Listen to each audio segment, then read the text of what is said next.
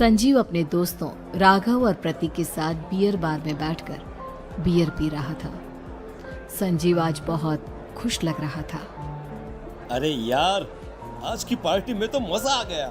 तुम दोनों दोस्तों के साथ तो मेरी जिंदगी इतनी अच्छी है कि क्या बताओ कितनी अच्छी है। अरे भाई, अब दोस्ती की है तो जीना मरना सब साथ में। हाँ अरे अरे यार सुनो, जल्दी से एक बियर और ऑर्डर करते हैं ना, एक आखिरी, और उसके बाद ये जश्न यहीं खत्म हो जाएगा। अरे हाँ हाँ, क्यों नहीं। वेटर, जल्दी से 2 बियर की बोतल लेकर आओ।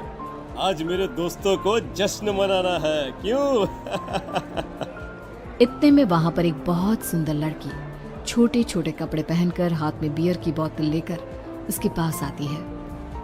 ये लीजिए, आपने बियर ऑर्डर की थी ना, मैं लेकर आ गई। क्या बात है यार, इस बार की वेटर तो बड़ी सुंदर है। अब बियर लेकर आई हो तो अपने हाथों से ही पिला दो ना। हाँ हाँ, क्यों नहीं, जैसा आप बोलोगे मैं वैसा ही करूँगी। क्या बात है यार, अब तो लगता है रोज यहीं आना पड़ेगा। उसके बाद वो लड़की उन तीनों को बियर सर्व कर देती है। पार्टी करने के बाद वो तीनों अपने अपने घर जाते हैं। प्रतीक, संजीव और राघव को उनके घर छोड़कर जैसे ही अकेला अपनी कार में आकर बैठता है तो अचानक उसे एहसास होता है जैसे उसकी कार की पीछे वाली सीट पर कोई बैठा हुआ है। वो तुरंत पीछे मुड़कर देखता है। तुम यहाँ क्या कर रही हो? और तुम मेरी कार में कब आई? अरे तुम तो बार में वेटर थी ना। बस ऐसे ही मेरा दिल कर रहा था आपके साथ आपके घर चलने का, इसलिए मैं आपके साथ चली आई। अरे लेकिन तुम मेरी कार में आई कब? अभी कुछ देर पहले तो यहाँ पर मेरे दोस्त बैठे हुए थे। प्रतीक के इतना बोलते ही उस लड़के का चेहरा खतरनाक तरीके से बदल जाता है। उसकी आंखें पत्थर की तरह सफेद और पूरे शरीर पर नीली नीली नसें उभर आती है। गाड़ी चलाओ, पूरी स्पीड में चलाओ, और अगर तुमने गाड़ी रोकने की कोशिश भी की तो मुझसे बुरा कोई नहीं होगा। डर की वजह से प्रतीक के पसीने छूटने लगते हैं। उसका शरीर बुरी तरह से कांप रहा था। प्रतीक बिना कुछ सोचे समझे कार को फुल स्पीड से चलाना शुरू करता है। चलते चलते वो शहर से दूर एक पहाड़ी पर पहुंच जाता है और सामने अब सिर्फ पहाड़ी का किनारा दिख रहा है, जिसे देख प्रतीक घबराकर अचानक से कार को ब्रेक लगाता है। देखो देखो देखो देखो, मुझे छोड़ दो मुझे। अगर मैंने गाड़ी जरा सी भी आगे बढ़ाई तो हम दोनों नीचे गिरकर मर जाएंगे। ये तो तुम्हें पहले सोचना चाहिए था ना। अब कुछ नहीं हो सकता।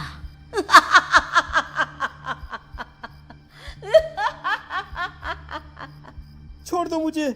नहीं प्लीज मुझे छोड़ दो। प्लीज मुझे जाने दो। छोड़ दो मुझे। गाड़ी आगे बढ़ाओ। और तभी अचानक से बिना प्रतीक के स्टार्ट किए उनकी कार आगे बढ़ती है और गहरी खाई में गिर जाती है। उसके चीखने की आवाज एक चारों तरफ सुनाई देती है।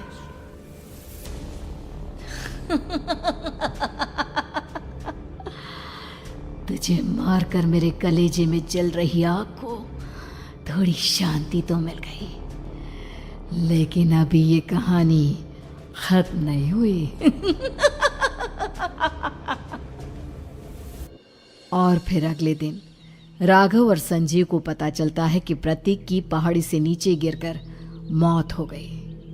अरे कल रात की तो बात है यार, हम सब बैठकर पार्टी कर रहे थे, लेकिन मेरी एक बात समझ में नहीं आ रही। राघव शहर से इतना बाहर उस पहाड़ी पर इतनी रात को क्या करने गया था? अरे यार, वही सोचकर तो मैं भी परेशान हूँ। हम दोनों को छोड़ने के बाद तो वो सीधा अपने घर जाने वाला था, और वो आत्महत्या क्यों करेगा भाई? कल रात तक वो कितना खुश था, हमारे साथ सेलिब्रेट कर रहा था।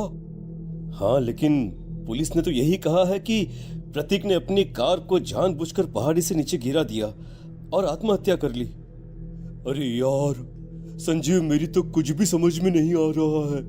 चल ठीक है, अब मैं अपने घर जाता हूँ। Okay, bye. राघव अपने घर में अकेला था। दोपहर का वक्त था। तभी दरवाजे की घंटी बजी। कौन है? अरे 1 मिनट रुको, अभी आता हूँ। राघव ने जैसे ही दरवाजा खोला उसने देखा कि सामने एक बहुत खूबसूरत लड़की खड़ी हुई है। कौन है आप और यहाँ किससे मिलने आई हैं? देखिए ना, बाहर बारिश शुरू हो गई थी, मेरी गाड़ी खराब हो गई है। आपका घर नजर आया तो सोचा कुछ हेल्प ले लेती हूँ। क्यों नहीं, आइए ना, आइए आइए।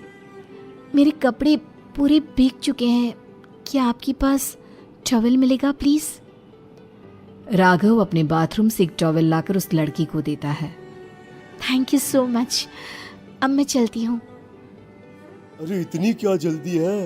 आप चाहे तो बारिश रुकने तक यहाँ पर रुक सकती हैं। हाँ। लड़की ने पलटकर राघव की तरफ देखा। नहीं, मुझे जाना होगा, मेरा काम बाकी है। और वो वहां से चली गई। उस लड़की के जाने के बाद राघव अपने बाथरूम में नहाने के लिए गया और जैसे ही उसने बाथरूम में देखा तो उसका टॉवल वहीं पर लटका हुआ था। उसने टॉवल हाथ में लिया तो देखा कि उसका पूरा टॉवल खून के धब्बों से सना हुआ है। अरे अरे ये क्या? ये टॉवल तो मैंने उस लड़की को दे दिया था। ये वापस मेरे बाथरूम में कैसे आ गया? और इस पर ये खून के धब्बे कहां से आ गए? राघव ने आईने में देखा तो उसकी गर्दन पर एक बड़ा सा चाकू का कट लगा हुआ था जिससे खून बह रहा था, जिसे देख राघव के होश उड़ गए। हाँ, अरे ये क्या? मेरी गर्दन इतनी ज्यादा कटी हुई है और मुझे दर्द भी नहीं हो रहा है। ये क्या हो रहा है मेरे साथ? राघव घबराकर बाथरूम से बाहर आया और अपना मोबाइल उठाकर उसने संजीव को फोन लगाया। संजीव जल्दी से मेरे पास आ जाओ। मुझे लगता है कुछ बहुत बड़ी गड़बड़ है, जल्दी आ जाओ। उधर से आवाज आई, लेकिन वो आवाज संजीव की नहीं बल्कि एक लड़की की थी। कुछ अजीब नहीं हुआ है, बस तुम्हारी मौत तुमसे मिलने आई थी और तुम्हें मारकर चली गई। अब तुम इस दुनिया का हिस्सा नहीं हो राघव, इसलिए तुम्हें अपनी गर्दन के कटने का दर्द भी महसूस नहीं हो रहा। नहीं, ऐसा नहीं हो सकता, ऐसा नहीं हो सकता। कौन हो तुम? तुम्हारी मौत। अब संजीव के पास खबर पहुंचती है कि राघव ने अपने ही घर में चाकू से गर्दन काटकर आत्महत्या कर ली। ये सुनने के बाद संजीव के होश उड़ गए। वो पसीने से तरबतर हो गया और एक अनजाना डर अब उसके दिल को सताने लगा।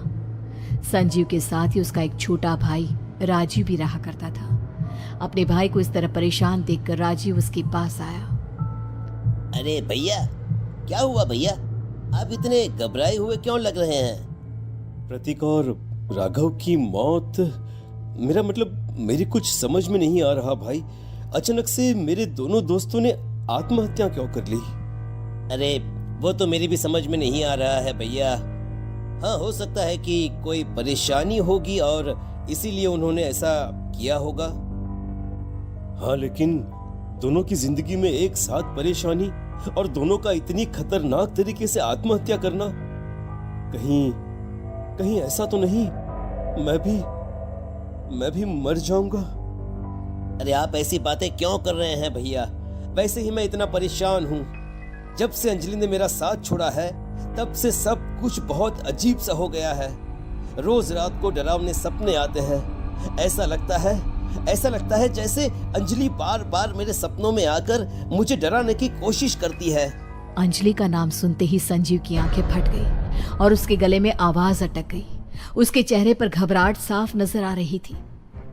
कौन थी वो लड़की जिसने प्रतीक और राघव को आत्महत्या की आड़ में मौत के घाट उतार दिया? और कौन थी अंजलि जो बार बार राजीव के सपनों में आकर उसे डरा रही थी? अंजलि का नाम सुनकर संजीव इतना घबरा क्यों गया? इन सवालों के जवाब जानने के लिए देखिए इस खतरनाक कहानी का अगला भाग।